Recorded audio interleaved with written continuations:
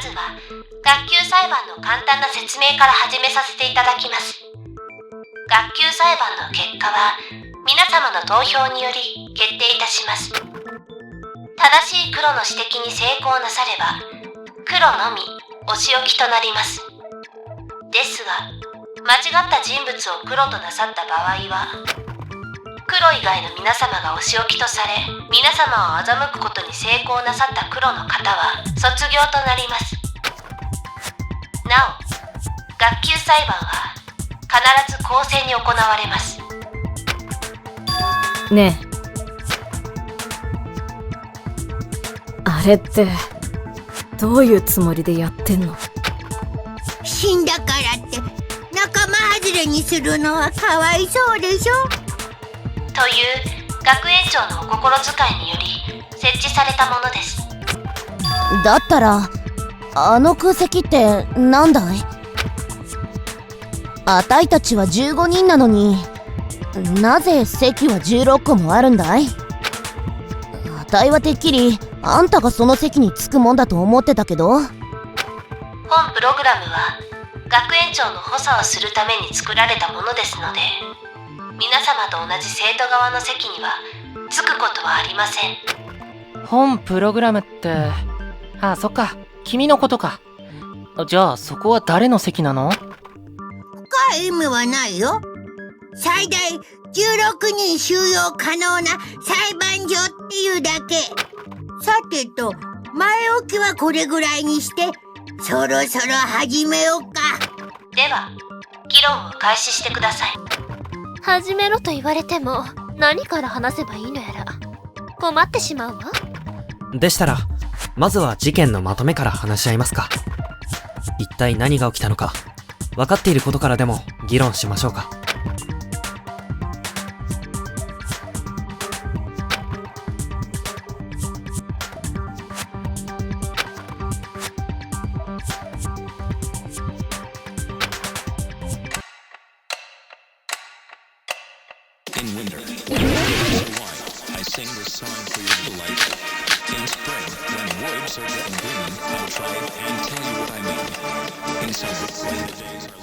今の段階で分かっていることとは何かしら？死んでたのは両雪芽よ。亡くなったのは午前0時頃。夜時間だね。確かベッドで死んじまってたよな。ということは彼女は寝込みを襲われたということじゃないか。そんな卑怯な手を使っただなんて許せないよ。やるなら正々堂々とかかってきな。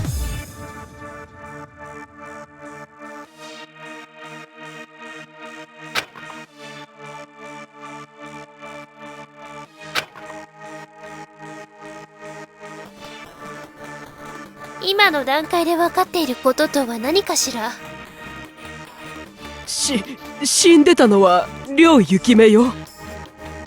亡くなったのは午前0時頃。夜時間だね。確かベッドで死んじまってたよな。ということは彼女は寝込みを襲われたということじゃないか。それは違う。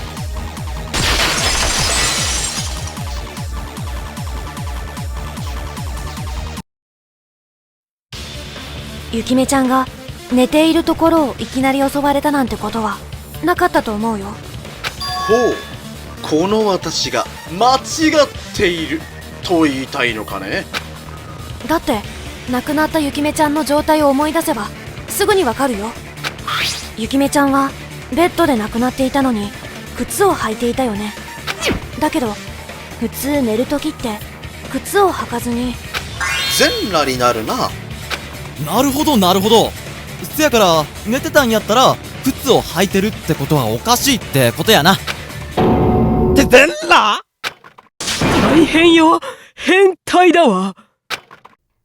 とにかくこれで雪芽ちゃんは寝ているところをいきなり襲われたわけじゃないって言えるよね。自分で犯人を招き入れちまったってわけかよ。そうとも限らないんじゃないかな。まだ他にも考えられる場合があるよね。なんだと？別の可能性など一体どこに？りょうちゃんが殺されてないって場合だよ。ここにいる俺たちの中の誰にもね。認めたくない気持ちはわかるけど、りょうさんは死んじゃったんだよ。そうよ。だからこそこんなことに巻き込まれてるんじゃない。何かと思えば、まさか今さらそんなことを言い出すとは。君、気は確かか？確かも確かだよ。確かにりょうちゃんは死んじゃったけど、りょうちゃんがこの中の誰にも殺されてない可能性っていうのがあるでしょ。誰にも殺されていないのに亡くなった可能性。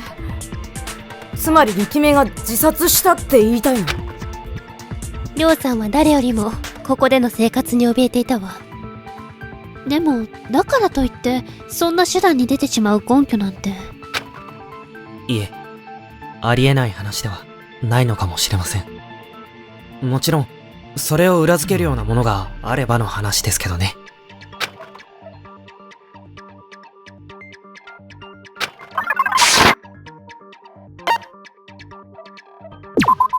それで証明できる。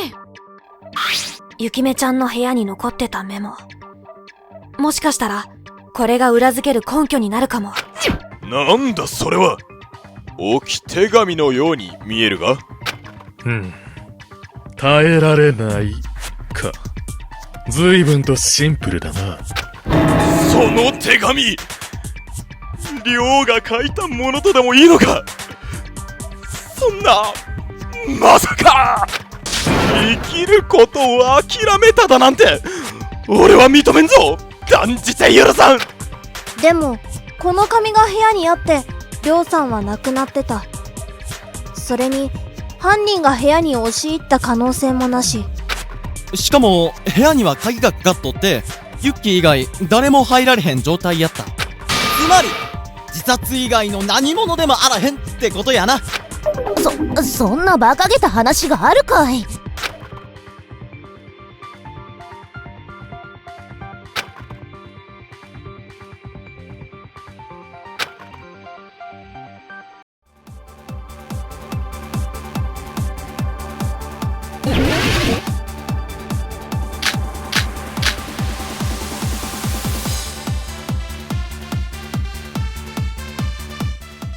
ユッキーは自殺やったんやで。それはこの紙が証明しとる。あたいはただの紙切れだと思うけどね。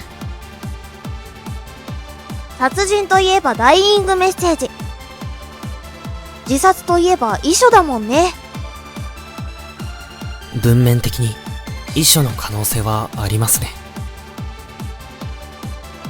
間違いあらへん。あれは自殺する前にユッキーが残したんや。それは違う。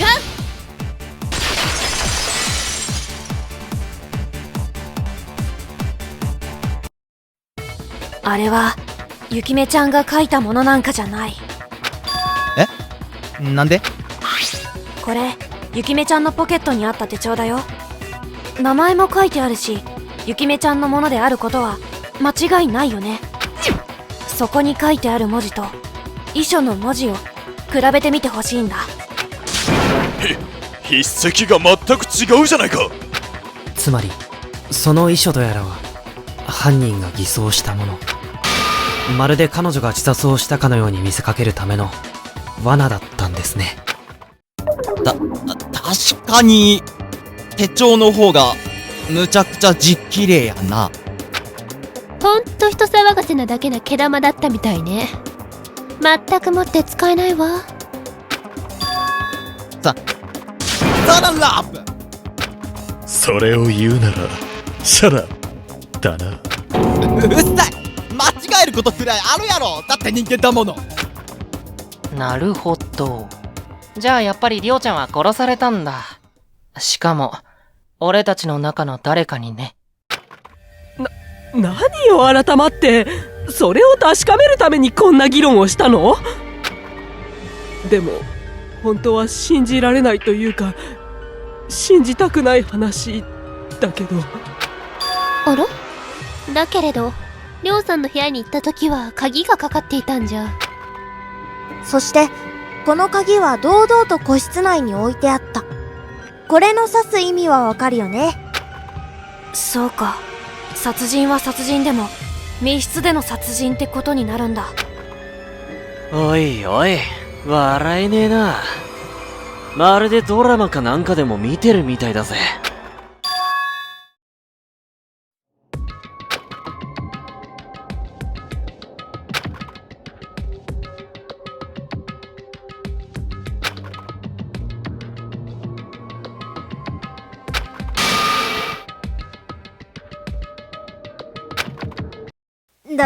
大丈夫だよ。推理するのは難しいかもしれないけど、前向きなのが私の取り柄だし、それにみんなで話し合ってみればきっとなんとかなるって。じゃあ、前向きに次の話題に移って、次は密室の謎について話し合ってみましょうか。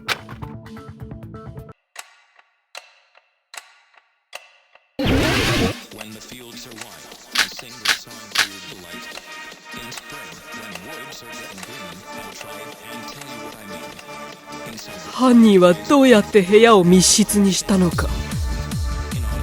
誰かさっさと答えなさいよ。ドアに仕掛けをしておいたのではないか。何か手を加えなくたって犯人がずっと部屋に隠れていたってこともあるわね。普通に考えれば鍵に何か細工したんじゃないかい？間違ってないよ。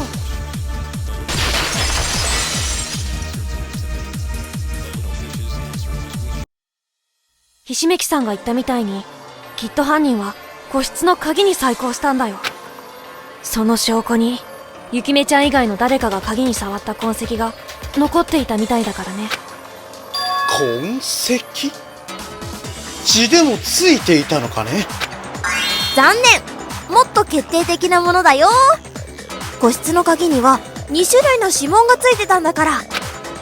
指紋だと？そんなもの調べられたんならすぐに犯人がわかんじゃねえか。はあ、まあ実際ならそうなんですが、実は材料が不足していて、一つの証拠品を調べるので精一杯だったんです。私のせいじゃなくってよ。こちらを見るのはやめてもらえるかしら。だから今分かっているのは、ゆきめちゃん以外の誰かがこの鍵に触ったってことだけ。でもそれだけでも十分な証拠になるよね。個室の鍵なんて持ち主以外の誰かがそうそう触るものじゃないからね。それでもちろんその指紋の付き方とやらに特徴があったはずだな。さすがですね。2種類の指紋があったのが持ち手、つまり名札の部分で、鍵の部分には1人分の指紋しか検出されなかったんです。ふむ、名札にも鍵にも触っているのはもちろん持ち主である雪目くんだろうな。ってことは犯人は鍵に触らへんまま鍵をかけて、それをまた部屋に戻して、そんで鍵かけて、あれ？ちょっとこっちの頭までおかしくなっちゃうから余計なことは言わないでくれる？辻褄が合わないってことは、きっと前提が間違っているってだけの話ですよ。前提？そうですね。難しく考えなければ簡単な子供騙しだってすぐにわかりますよ。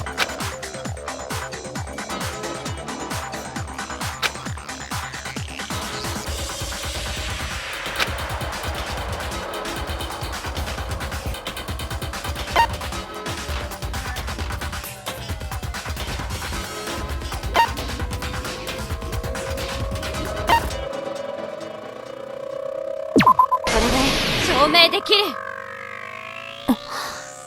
もしかして逆なんじゃない？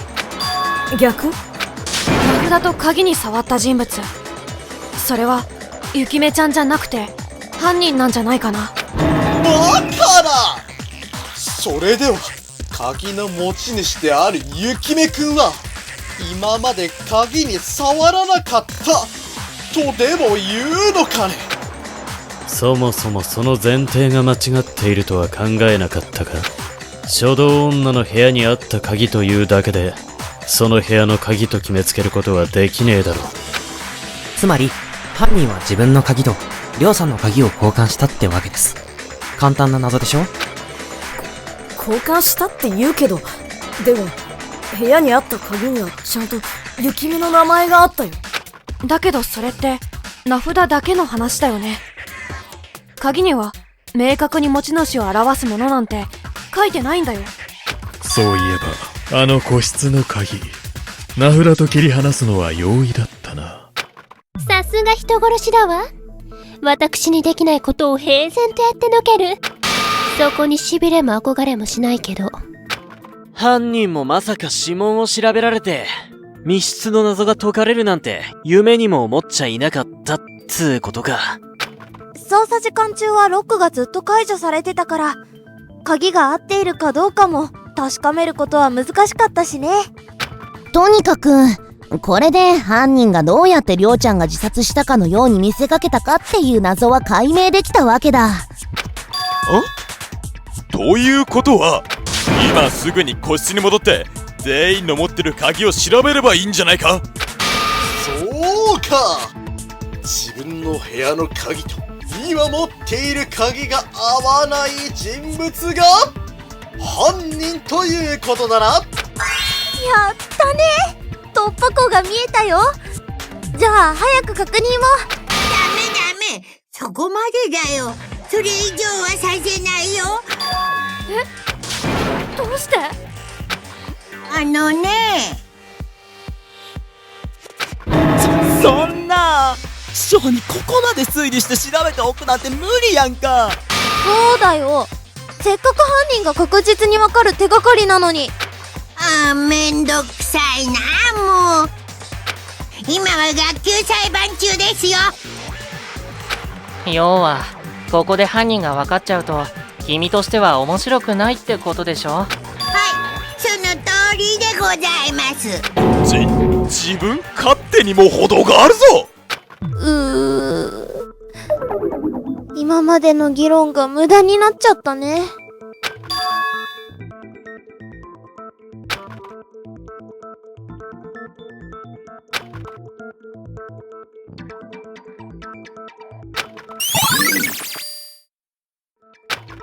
だがこれ以上美しく犯人を割り出す方法などもうどこにもなさそうだぞ。勘弁してよ。もう誰でもいいから名乗り出なさいって。ダメだよな、ギャリーになっちゃ命がかかってるんだからね。陰気ハーフ、何か持ってたりしないの？嘘がわかるサイコロとか癖を見抜ける腕輪とか持っているなら今ならいいねで買ってもよくってよ。君はデイブの肩書きを何か勘違いしていないか？第一そのようなあれはあれだ。いろいろとまずい。だが心配には及ばないさ。犯人が誰かということなどこのデイブがとっくに突き止めているからな。知ってたのにワイらあんなに踊り狂わされてたん？たく分かってたなら最初から言えっての。密室の謎が何だったのか気になっていたのでな。だがこれで心置きなく犯人を追い詰めることができる。そうだろう、ミス光明院。光明院さんが犯人ですって？さあ全員彼女に投票をするんだ。それで全てが終わる。待て光明院さんが犯人？何を言ってるんだ己は。光明院さんが光明院さんである限り彼女が人を殺したりなどするものか。うるせえし、全然根拠にもなってねえよ。本当に確信があるっていうの？いつものうさんくさいオカルトトークでも始めたら許さないんだからね。うさんくさくなどない。君たちの理解が及ばない範囲で神秘的なのさ。もちろんここが証拠と証言が武器となる場だということはレイブも承知している。ってことはほんまに見つけたん？犯人やって確実に思える証拠。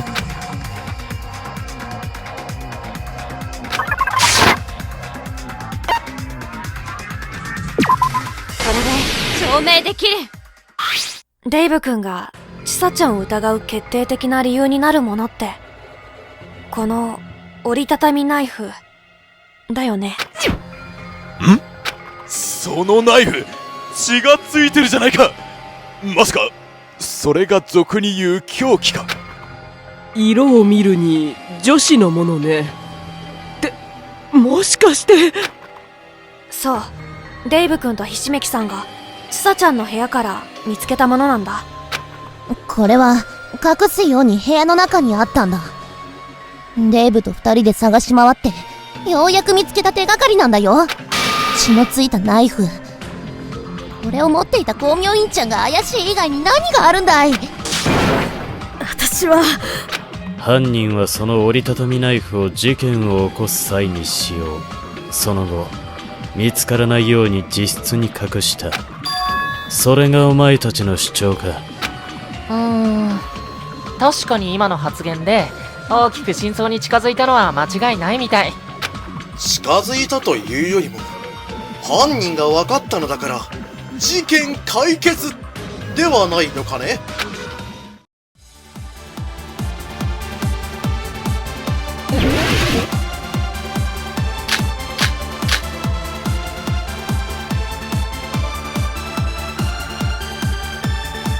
犯人はミス光明院なのさ。投票は彼女にしておけば間違いない。ありえない。俺は絶対に信じんぞ。でもナイフには血痕があったわ。どう考えたってあいつを殺した凶器に決まってるじゃない。それは違う。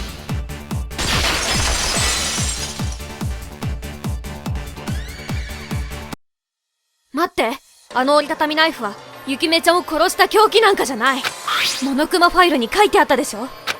遺体にあったのは刃物で刺された胸部の傷だけで、それ以外は何の傷もなかったって。それがどうしたんだい。あの折りたたみナイフで胸を一突きしただけ。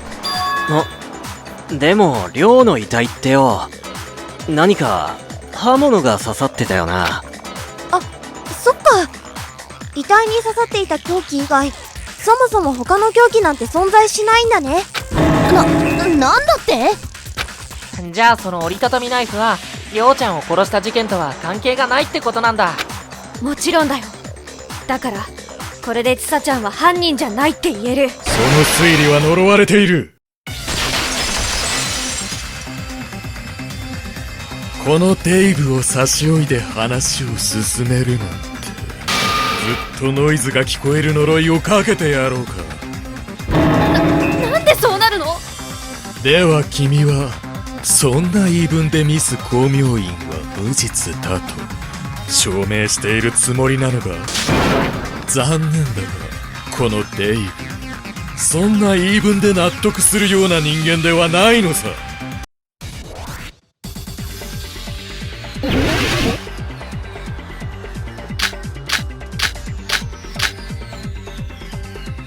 ミス光明院のナイフは事件と関係がない。だったらなぜ血痕が付着してるんだ。やはり答えは一つしかないだろう。だけど別の事件のものって可能性もあるかもしれないよ。そんな可能性など夢物語に過ぎない。血のついたナイフを部屋に鍵をかけてまで隠している時点で、その流れ止めてみせる。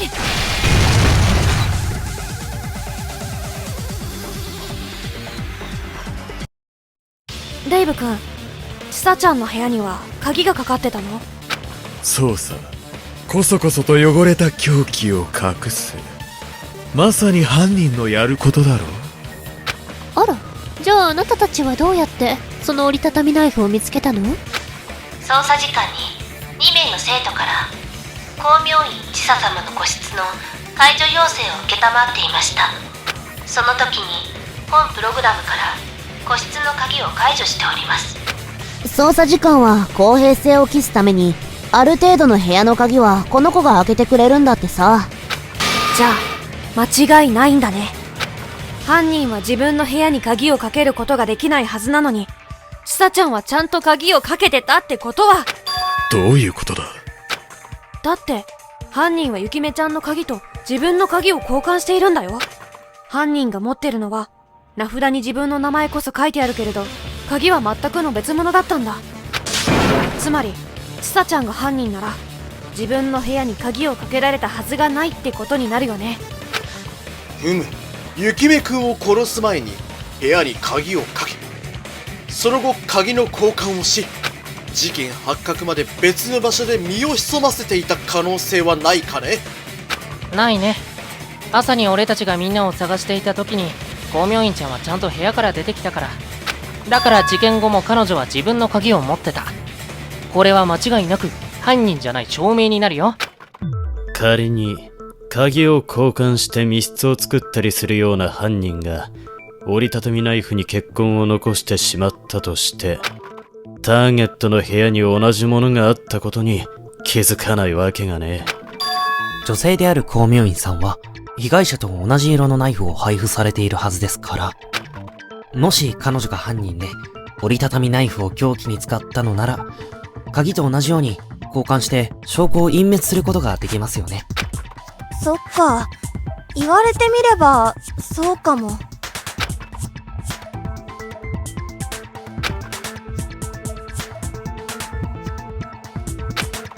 ちょっと待てよ。じゃあなんでこいつは血のついたナイフなんて持ってやがる？そうじゃないか。千佐君以外彼女の部屋に出入りできなかったということは、そのナイフを使用したのは君しか考えられないぞ。もちろんそれも誰かの濡れ衣に決まってるですよね、光明院さん。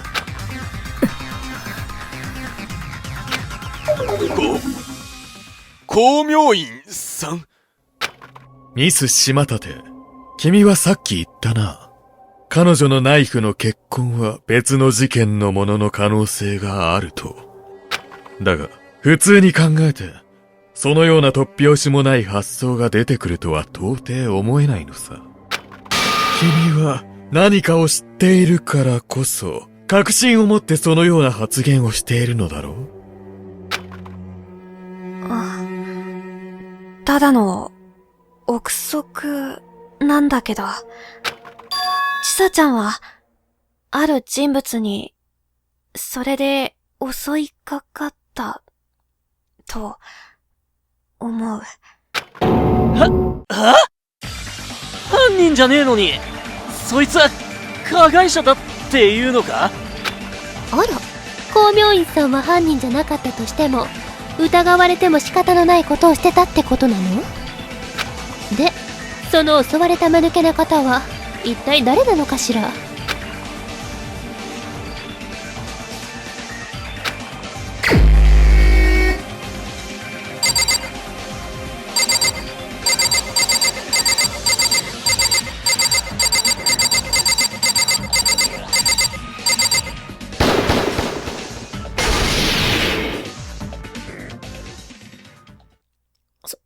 それは。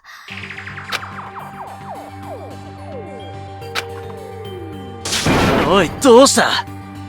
心当たりがあんならさっさと言え。この絵だよ。は？何？何度も言わせないでよ。私は食堂であの映像を見せられた後、この絵たちと口論になってこの絵を殺そうとしたの。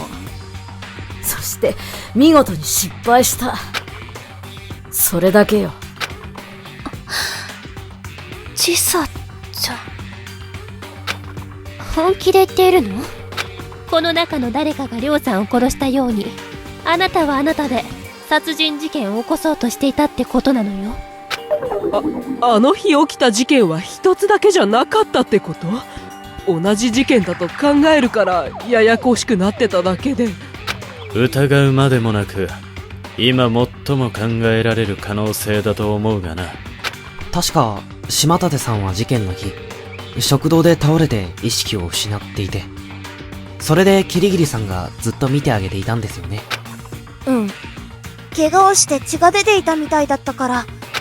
だから、その折りたたみナイフの血は、島立さんのもので間違いないと思う。信じがたいが、小さなナイフとはいえ刃物を振り回されたのに、致命傷には至らなかったというのか？いや、運のいい君だからこそのなせる技なのかもしれないな。